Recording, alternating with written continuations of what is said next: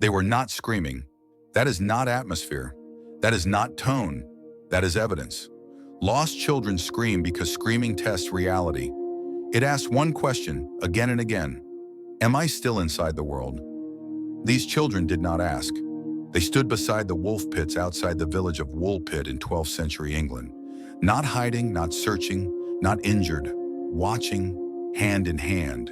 Their skin was green, not stained, not sick, not dying, uniform, stable, final. The kind of color that does not negotiate for permission to exist. The villagers did not rush toward them because something was wrong. They hesitated because nothing was wrong enough to force responsibility. No panic, no pleading, no confusion. That hesitation matters, because that is not how lost children behave. That is how unclassified presences behave, while a system decides what they are allowed to become. And before this is dismissed as a legend, understand this precisely. This was not preserved as folklore. It was not passed down as myth. It was not softened into a warning. It was recorded by men whose lives were spent deciding what knowledge should survive. They wrote this down, and then they stopped. They did not explain it. They did not resolve it. They did not erase it. They left it exposed. That was not ignorance. That was replication. The record that survived by being safe. The Green Children of Woolpit appear in exactly 2 medieval documents. Not dozens, not retellings, not distortions layered by time. 2. That scarcity is not weakness, it is pressure. Medieval England produced thousands of chronicles. Most were edited. Many were burned. Entire events vanished when they threatened continuation. This one did not. The first record comes from William of Newburgh, a historian who mocked superstition with contempt, a man whose authority depended on skepticism, a man trained to erase exaggeration wherever it appeared.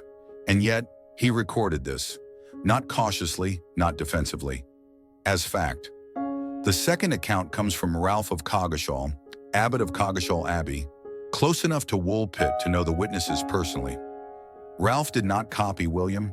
He claimed his own sources, his own testimony, his own proximity. This creates a fracture history never repaired. Either 2 educated clerics destroyed their credibility at the same time, or 2 trained skeptics abandoned reason simultaneously, or something occurred that could not be neutralized by explanation. Medieval chroniclers survived by categorizing the world. Miracles were named, demons were identified, heresy was destroyed. This received no category at all, only description. 2 children, green skin, unknown language, refusal of food, found near wolf pits. No explanation. That is not ignorance. That is containment failure. The boy who was allowed to die. This happened during the reign of King Stephen, in a period remembered as the Anarchy. England was violent, starving, suspicious. Strangers were not protected. They were interrogated, expelled, beaten, or killed. And yet, these children were taken in, not because they were harmless, because they were incorrect. They did not cry when touched. They did not flinch from authority. They did not respond to comfort or threat. They spoke a language that matched nothing. Not Latin, not Old English, not Norman French. It was not broken speech. It was origin without translation. They rejected bread, rejected meat, rejected milk. They ate only raw beans torn from the soil, as if cooked food violated rules older than hunger. The boy did not fight death. He did not scream. He did not beg. He weakened, quietly. His body failed without protest. He was baptized, and then he died. No miracle followed. No lesson arrived. The village did not mourn him, it adjusted. Time passed. Attention shifted. Normality resumed. This is how systems dispose of anomalies, not with violence, with patience. St. Martin's Land did not need belief. When the girl finally spoke clearly, she did not tell a story. She listed conditions. She did not describe magic. She did not describe terror. She did not describe cruelty. She said, the sun never rose. St. Martin's Land, no day, no night, only permanent twilight. Everyone there was green, not cursed, not ill. Green was normal. She described a river dividing the land. On one side, her people. On the other, a brightness no one was permitted to cross. This matters, because imagination invents wonder. Civilizations invent prohibitions. Rules existed before curiosity. Rules existed before rebellion. Rules existed before explanation. And then she spoke of the bells. The bells were an instruction. In medieval Europe, bells were not decoration. They controlled time. They controlled bodies. They controlled obedience. They divided reality into permitted movement and forbidden delay. When the girl said the bells drew them forward, she was not describing curiosity. She was describing command without language. Something from outside her world issued an instruction her world could not reject. The light erased them. They lost consciousness. And when they woke, they were not home. This is where explanation enters. Hallucination, delusion, fantasy. These words do not solve anything. They allow continuation without disruption. Hallucinations fracture. They do not align. They do not synchronize. They do not persist across witnesses and years. Structure does. Explanation is the second containment. Every explanation offered afterwards serves one purpose: to make continuation possible. Flemish immigrants, anemia, malnutrition, mind tunnels. These are not answers. They are storage solutions. They compress the event until it can be ignored without consequence. Rationality does not oppose mystery here. It manages it. That is not intelligence. That is maintenance.